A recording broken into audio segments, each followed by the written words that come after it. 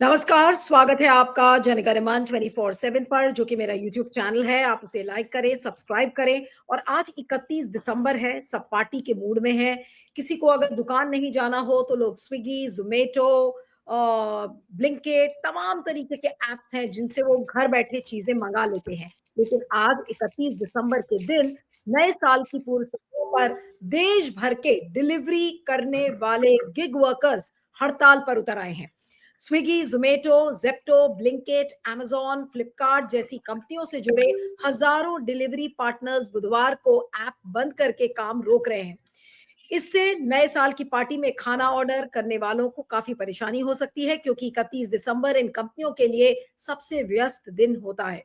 इससे पहले क्रिसमस पर भी ऐसे ही हड़ताल की गई थी, जिसमें डिलीवरी सेवाएं प्रभावित हुई थी। अब ये अपने आप में एक बहुत बड़ी खबर है। पता नहीं गोदी मीडिया इसको कितना कवर करेगा, मुझे नहीं पता, लेकिन मुझे लगा कि आज इस पर बात करनी जरूरी है, क्योंकि ये एक ऐसा तबका है जिसको कंप्लीटली नजरअंदाज किया जाता है, लेकिन वो पूरे सिस्टम का एक बहुत अहम हिस्सा बन चुके हैं। अब ये हड़ताल Telangana gig and platform workers union यानी DGPWUU और Indian federation of app based transport workers के बैनर तले ये पूरी हड़ताल हुई है।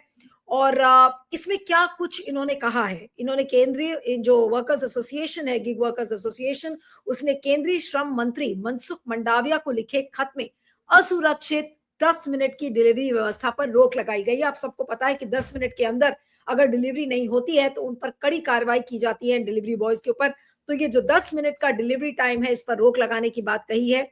उन्होंने सही मजदूरी देने, हाल ही में लागू नए श्रम कानूनों के तहत कंपनियों को नियमों में लाने और यूनियन बनाने तथा मोल भाव करने के अधिकार को मान्यता देने की मांग करी है। अब आप स्क्रीनशॉट दिखाइए उस स्टोरी का, ताकि लोग उससे रिलेट कर पाए कि हम किस स्टोरी की बात कर रहे हैं। इसको दिखाते जाइएगा, इसके अलग अलग स्क्रीनशॉट्स। और जो मांग थी उनकी, उनके बारे में मैंने आपको बताया। और उनके जो मुख्य नेता हैं शेख सलाउद्दीन, जो तेलंगाना गिग वर्कर्स एसोसिएशन के हेड है, उन्होंने कहा है कि उनकी मुख्य मांग है कि प्लेटफॉर्म्स कंपनियां 10 मिनट डिलीवरी का विकल्प पूरी तरह से हटा दें, क्योंकि इससे कर्मचारियों पर बहुत दबाव पड़ता है और दुर्घटनाएं बढ़ती हैं। साथ ही पुरानी पेमेंट व्यवस्था बहाल की जाए, जिसमें त्योहारों जैसे दशहरा, दीपावली, बकरीद और अच्छी सैलरी और इंसेंटिव मिलते थे। सलाउद्दीन ने ये भी कहा है कि हमारी मांग है कि पुरानी पेमेंट स्ट्रक्चर वापस लाई जाए और सभी प्लेटफॉर्म से 10 मिनट डिलीवरी का ऑप्शन हटाया जाए। हम बातचीत के लिए तैयार हैं, लेकिन कंपनियां हमें धमकी दे रही हैं, वेयरहाउस के पास बाउंसर तैनात किए जा रहे हैं और कर्मचारियों के आईडी ब्लॉक किए जा रहे हैं। ये दबाव काम नहीं आएगा। क्रिसमस पर भी हड़ताल को लेकर सलाउद्दीन ने कहा कि 25 दिसंबर को ही हुई हड़ताल में पूरे देश से करीब 40,000 कर्मचारी शामिल हुए थे, जिसमें 50 से 60% ऑर्डर डीले हो गए थे। उन्होंने चेताया कि 25 दिसंबर सिर्फ ट्रेलर था, असली तस्वीर आज 31 दिसंबर को दिखेगी। यूनियन का दावा है कि इस हड़ताल में 1.5 लाख से ज्यादा कर्मचारी हिस्सा ले रहे हैं। तो उनकी अन्य मांगे क्या है, एक बार फिर से बताकर और इस चर्चा को यहाँ पर शुरू करेंगे। उन्होंने ये कहा है कि एल्गोरिदम से कंट्रोल होने वाली सिस्टम में पारदर्शिता लाई जाए, सही इंसेंटिव दिए जाएं, शिकायत निवारण हो, हेल्थ इंश्योरेंस, एक्सीडेंट कवर और पेंशन जैसी सोशल सिक्योरिटी मिले, महिलाओं के लिए सुरक्षित कामकाज, मैटरनिटी लीव और इमरजेंसी लीव हो, प्रति किलोमीटर कम से कम 20 रुपए की न्यूनतम दर और मनमाने तरीके से आईडी ब्लॉक करना बंद हो। तो आज इसी पर हम चर्चा करेंगे कि ये अपने आप में कितनी बड़ी खबर है और क्या सरकार ने इनको बिल्कुल नजरअंदाज किया है। अभी हमने राहुल गांधी को देखा था, अभी कुछ महीने पहले वो गिग वर्कर्स से मिले थे।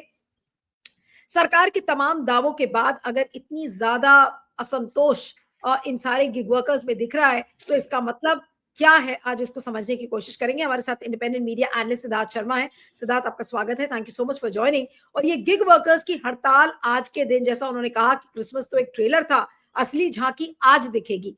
और इनकी डिमांड्स जो है वो कितनी जायज है? जी जी, डिमांड्स पर तो बाद में आते हैं, लेकिन बैंगलोर जैसे शहरों में या दिल्ली, गुड़गांव जैसे शहरों में आज का पूरा जो न्यू ईयर की पार्टी है, उस पर पूरा का पूरा पानी काफी काफी हद तक फैल चुका है, काफी पानी इस पर पड़ चुका है। क्योंकि हमें पता है बहुत सारे लोग ऐसे होते हैं जो कि न्यू ईयर एक ऐसी चीज है, नव वर्ष, जो कि भारत में करीब करीब हर परिवार छोटे या बड़े किसी न किसी रूप में मनाता है। जरूरी नहीं कि घर से बाहर जाके ही मनाए, क्योंकि कई लोग घर से बाहर जाते हैं तो हल्ला हंगामा सड़कों पे होता है, लेकिन घर के अंदर तो परिवार के अंदर हर आदमी कहीं ना कहीं नव वर्ष मनाता ही है। तो स्वाभाविक है कि नव वर्ष मनाएगा तो नए साल में या तो कुछ अपने घर के लिए कपड़े खरीदेगा, या तो कोई सामान, इलेक्ट्रॉनिक सामान खरीदेगा, और कुछ नहीं तो कम से कम घर में उस दिन शाम में कहीं होटल वगैरह से अच्छा खाना तो मंगवा ही लेता है। तो ये पूरी की पूरी जो अर्थव्यवस्था है, ये पूरा का जो पूरा सिस्टम है, वो आज भारत के जितने भी महानगर हैं उन सभी जगह पर पूरी तरह से ठप हो चुका है। और ये ठप होने का कारण ये है कि एक तरफ तो हमारे भारत में भाजपा की सरकार है जो कि भारत के नागरिकों को नागरिक नहीं मानती, वो प्रजा मानती है। तो क्योंकि आप किसी को प्रजा मानते हैं इसलिए आपको उनके दुख दर्द की समझ नहीं होती। और दूसरी बात यह है कि क्योंकि सरकार उनको नागरिक नहीं प्रजा मान रही है, उनके दुख दर्द का उसको भान नहीं है। तो दूसरी तरफ होता यह है कि जो कंज्यूमर होता है, जो उपभोक्ता होता है, वो केवल वो उसने एक, मान लीजिए ब्लिंकिट पे चिप्स ऑर्डर किया, जोमेटो पे चिप्स आ गया, उसने चिप्स खाया, लेकिन उसको ध्यान में नहीं आता वो चिप्स एक पैकेट में आया था, लेकिन वो चिप्स एक पैकेट में आने से पहले वो एक प्रोसेस के थ्रू गुजरा था। क्योंकि सीधा सा नियम होता है कि कोई भी वस्तुओं का जो उपभोक्ता भी मनुष्य ही होता है और उत्पादक भी मनुष्य ही होता है। मशीन भले चीजों को बना देती है, पर मशीन में जाने से पहले या तो वो किसान के श्रम से उगा हुआ होता है, या तो किसी खान मजदूर ने उसको निकाला हुआ होता है, कहीं ना कहीं मनुष्य का श्रम होता है। और वस्तु को अंत में उपभोक्ता तक पहुंचाने में फिर से किसी न किसी का श्रम होता है। तो ये जो सारे गिग वर्कर्स हैं इस देश के, वो चीजों को उत्पादक से लेके ग्राहक तक पहुंचाने वाली अंतिम कड़ी है। एक तरह से पोस्टमैन है ये आपका आपका डाक आपके घर पर लाके दे रहे हैं। तो इनकी जो कुल संख्या इस देश में है आज की तारीख में, करीब करीब 1.5 करोड़ लोग गिग वर्किंग में काम करते हैं। और ऐसे भी कई लोग हैं, हमें आपको पता नहीं लगेगा, हम अपने घरों के बच्चों को 18 साल से ऊपर के हो जाते हैं, हम उनको बाइक वगैरह दिलवा देते हैं कि भैया आप बाइक से पढ़ाई लिखाई करो। तो कई सारे ऐसे भी नौजवान बच्चे होते हैं जिनको अगर दिन में 2-3 घंटा खाली मिल जाता है, तो उतने देर के लिए ये किसी न किसी डिलीवरी ऐप के साथ लॉग इन कर जाते हैं और उनके लिए 2-3 घंटा काम करते हैं और कुछ उनको पॉकेट मनी मिल जाती है। तो ये करना गलत भी नहीं है, एक तरह से अच्छी बात है कि ये दुनिया भर में इस तरह से होता है कि श्रम से, किसी भी तरह का श्रम करके पैसा कमाना या श्रम करके श्रम की ईमानदारी का पैसा खाना कहीं पर भी गलत नहीं है। तो ये जो पूरा का पूरा गिग इकोनॉमी जिसे कहते हैं, ये जो उद्योग है, इसका जो मूल्य है वो करीब करीब 38 लाख करोड़ रुपया सालाना है। भारत का अगर जीडीपी देखिए तो भारत के जीडीपी का करीब करीब 2% जो है वो केवल और केवल गिग इकोनॉमी पर टिका हुआ है, इन 1.5 करोड़ लोगों के ऊपर। और अगर इसका हिसाब किताब डेली लगाया जाए तो एक दिन में ये करीब करीब, एक दिन का ये स्ट्राइक होता है तो 1,000 करोड़ से ज्यादा का नुकसान भारत की अर्थव्यवस्था को पड़ता है। क्योंकि ये जो गिग वर्कर्स हैं इनकी मासिक कमाई बहुत ज्यादा नहीं होती, 20-22 हजार रुपए, ज्यादा से ज्यादा 25 हजार रुपए होती है। तो ऐसे में ये स्ट्राइक इसलिए कर रहे हैं कि 2-3 चीजें हैं कि आपस में ये जो कंपनियां हैं, जो उत्पादक कंपनियां हैं, इनका कंपटीशन होता है कि हम ग्राहक को जल्दी पहुंचाए, तो ये 10 मिनट का एक टाइमलाइन दे देती हैं कि 10 मिनट 20 मिनट में आपको चीजें पहुंचा दी जाएंगी। अब होता यह है कि वो 10 मिनट में पहुंचाने का प्रॉमिस या पहुंचाने का आश्वासन तो कंपनी दे देती है, लेकिन वो 10 मिनट में पहुंचाने का जो जिम्मेदारी है वो कंपनी की नहीं है, वो जिम्मेदारी बेचारे इन गिग वर्कर्स पे है। वैसे में ये बाइक चलाते हैं, हमें पता है ये सब ज्यादातर लोग बाइक्स चलाते हैं। ये बाइक पे जब चलते हैं तो बाइक पे एक्सीडेंट होने की संभावना नहीं, डाटा बताता है। हमें पता है ये पूरा का पूरा ये जो ई कॉमर्स की इंडस्ट्री है जिसे गिग इकोनॉमी कहते हैं, ये 2019 के समय, जिस समय 2020 में जिस समय कोविड का लॉकडाउन हुआ, उस समय ये इंडस्ट्री बूम की थी। और उस समय से जो बूम की है उससे उसके बाद बूम करते हुए गई है। एक साल पहले, कोविड से एक साल पहले 2019 में भारत में प्रति 1 लाख लोगों पर केवल 11 लोगों का रोड एक्सीडेंट होता था। आज की तारीख में वो 12.5 हो गया, मतलब 10% से ज्यादा हो गया है। इसका सबका कारण यह है, करीब करीब हर साल 40 से 50 हजार गिग वर्कर्स अपने बाइक से जाते आते हुए एक्सीडेंट उनका हो जाता है। करीब करीब 800 से 1000 लोग हर साल मर रहे हैं। ऐसी स्थिति में ये लोग कुछ जायज मांगे कर रहे हैं। एक तो ये कि ये जो 10 मिनट की डिलीवरी का आप जो प्रॉमिस कर रहे हो, अपने आपके आपसी कंपटीशन के चलते प्रॉमिस तो आप करते हो, डिलीवर हमको करना पड़ता है, वो रिस्की है, वो काफी खतरनाक है। काफी खतरनाक क्या हो, तो घातक है। तो इसको आप ठीक कीजिए। दूसरा उनकी मांग है जो कि बिल्कुल जायज है कि हमें पता है कि ये जो गिग इंडस्ट्री चलती है, इनको अगर कोई ऑर्डर मिलता है तो कितने किलोमीटर पर इन्होंने डिलीवर किया, हर किलोमीटर का इनको पैसा मिलता है।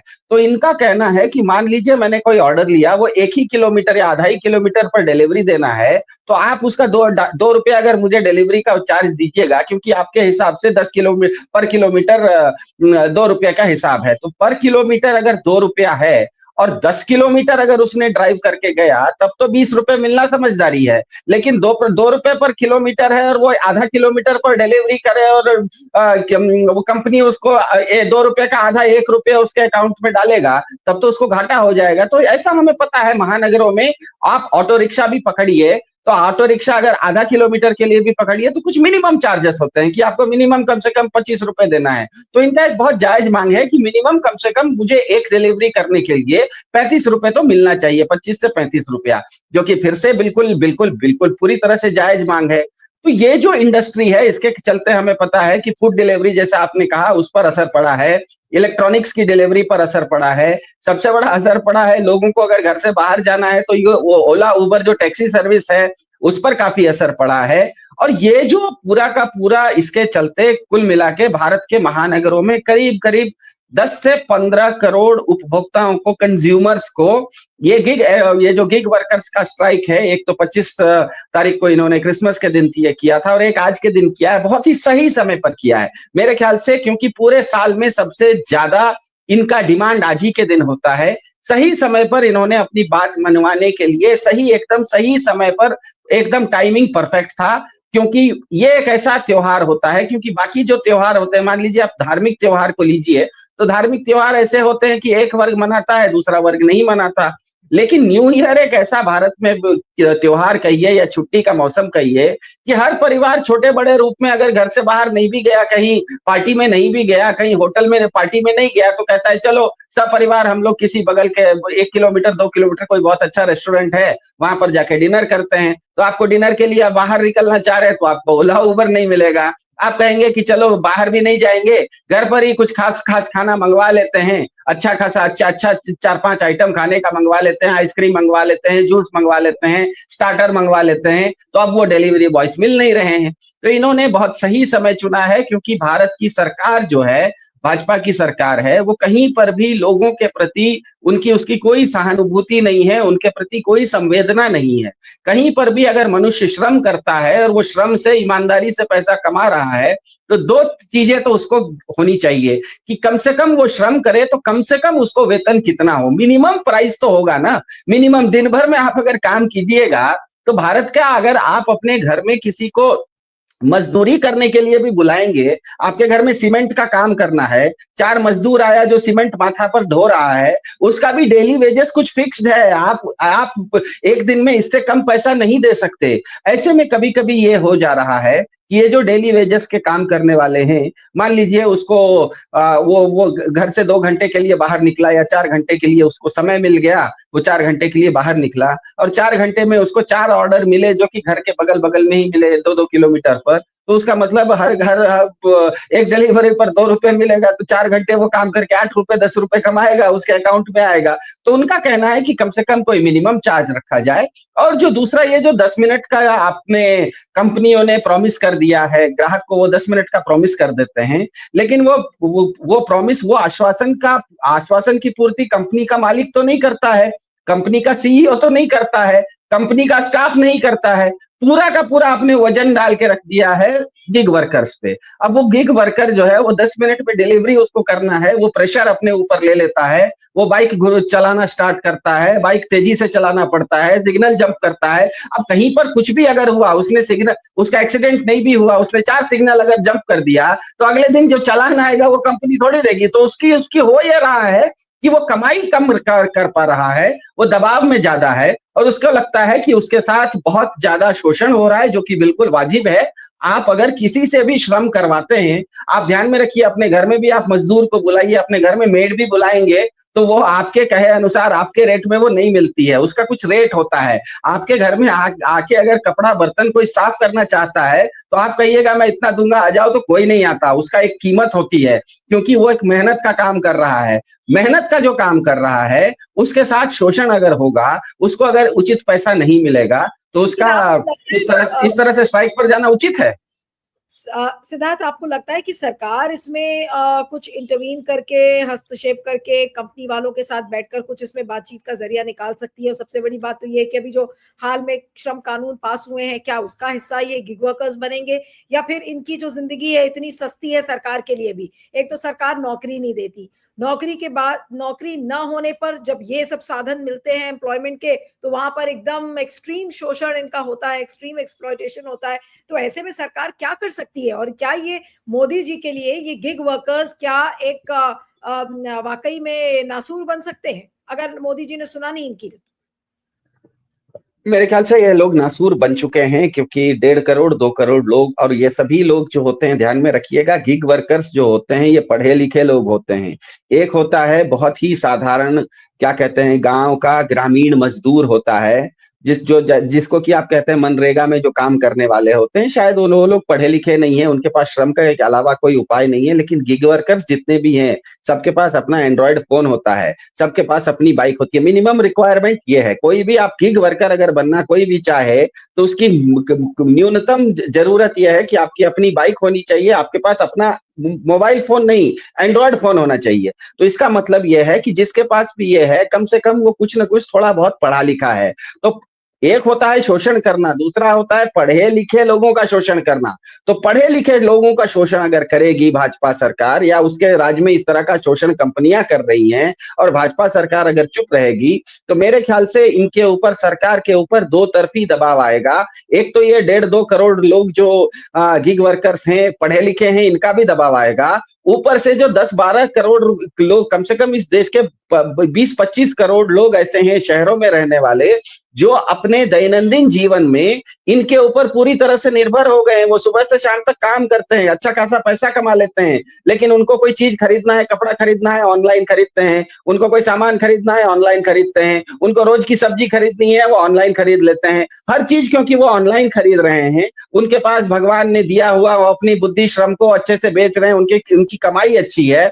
लेकिन क्योंकि उनकी कमाई अच्छी है, उनके पास समय नहीं है, तो वो बाजार जा नहीं रहे हैं, वो पूरा का पूरा इसके ऊपर निर्भर हैं। तो अगर जल्दी से भाजपा सरकार इनकी सुनवाई नहीं करेगी, तो जैसे इंडिगो में हुआ था, हमें पता है, इंडिगो क्राइसिस में पढ़े लिखे खाए अगाहे लोग जो भारत के थे, अपर मिडिल क्लास, वही इतना गुस्सा हो गया कि सरकार को नील डाउन करना पड़ गया। तो यहाँ पर ये होने वाला है कि एक तरफ तो ये सिर्फ 2 करोड़ गिग वर्कर्स की बात नहीं है, हो सकता है ये 2 करोड़ गिग वर्कर्स को भारत की सरकार उदासीन हो जाए, उनके प्रति उपेक्षा करे कि अरे क्या है, ये कोई ऑर्गेनाइज सेक्टर में तो काम नहीं कर रहे हैं, दूसरा कुछ काम करते हैं, इनकी बात नहीं सुनेंगे। लेकिन इनकी बात नहीं सुनने के चलते जो रोज 2% जीडीपी का घाटा हो रहा है, और जो भारत के पढ़े लिखे अपर मिडिल क्लास लोग इनके ऊपर डिपेंडेंट है, ये लोग मोदी सरकार के ऊपर इंडिगो क्राइसिस जैसा चढ़ जाएंगे कि आप इनके लिए कुछ नहीं कीजिएगा तो फिर हमारा जीना मुश्किल हो रहा है। तो मेरे ख्याल से दोनों तरफ से इनके ऊपर प्रेशर आ रहा है, और बहुत अच्छे दिन पर इन्होंने ये काम किया है।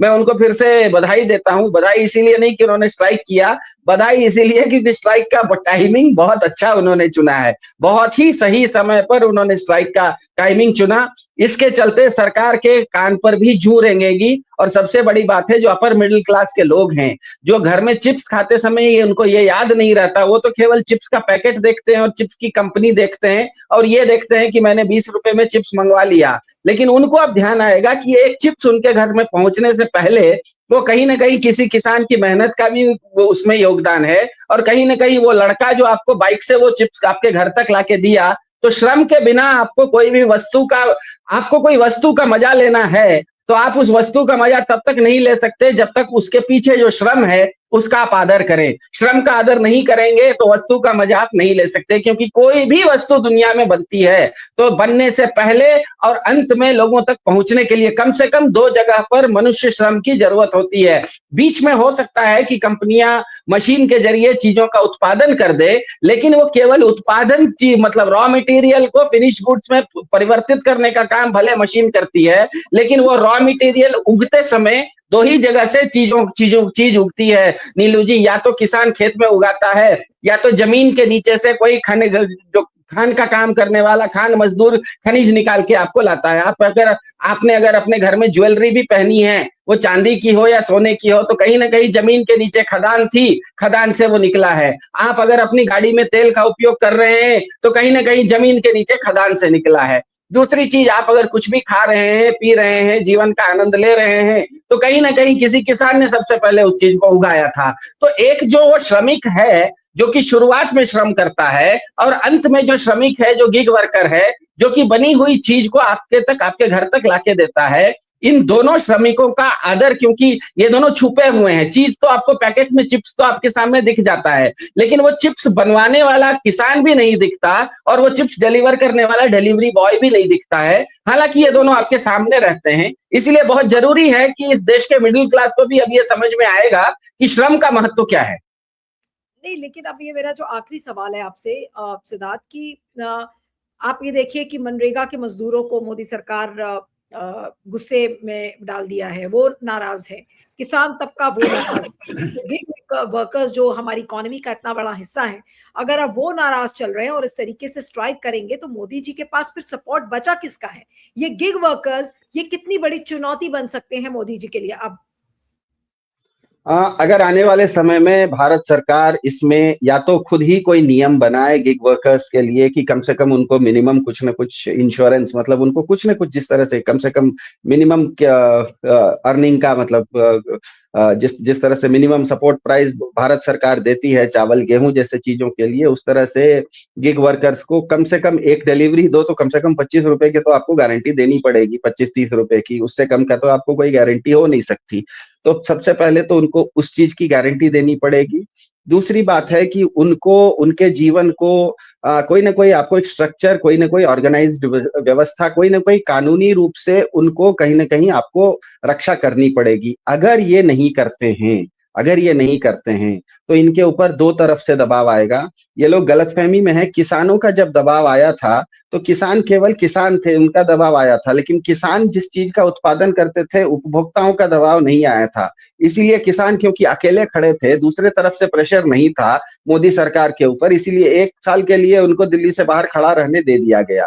फिर भी वो धीरे धीरे प्रेशर इतना बढ़ गया कि अंत में इनको कानून वापस लेना पड़ा। यहाँ पर मेरे ख्याल से भारत की सरकार सैंडविच हो जाएगी, क्योंकि नीचे से जो गिग वर्कर्स हैं ये भी प्रेशर बनाएंगे कि हमको कुछ मिनिमम सपोर्ट दीजिए, हमें कुछ ना कुछ मिनिमम आश्वासन दीजिए, और ये जितने दिन तक काम नहीं करेंगे उसके चलते जो भाजपा का मिडिल क्लास और अपर क्लास खास करके उनका जो वोट बेस है, उसको क्योंकि अपने जीवन के मजे में अब खटास आने लगेगी, उनके जीवन के जो मजे हैं वो अब कड़वे होने लगेंगे, उनका न्यू ईयर खराब हो जाएगा, वो बाहर नहीं आ जा पाएंगे, वो सामान खरीद तो रहे हैं लेकिन उनके घर तक नहीं पहुंच रहा है, तो वो भी ऊपर से दबाव लाएंगे भाजपा सरकार पर कि इन लोगों की जो मांगे हैं उसको पूरा करो, और तुम मांग पूरी नहीं करोगे तो मेरे घर में ब्लिंकिट आना बंद हो गया है, मैं चीजें खरीद तो रहा हूं लेकिन मैं उसका आनंद नहीं उठा पा रहा हूं, मैं अपना पैसा तो खर्च कर रहा हूं लेकिन मैं उसको एंजॉय, जिसको कहते हैं ना, जीवन को मैं एंजॉय नहीं कर पा रहा हूं।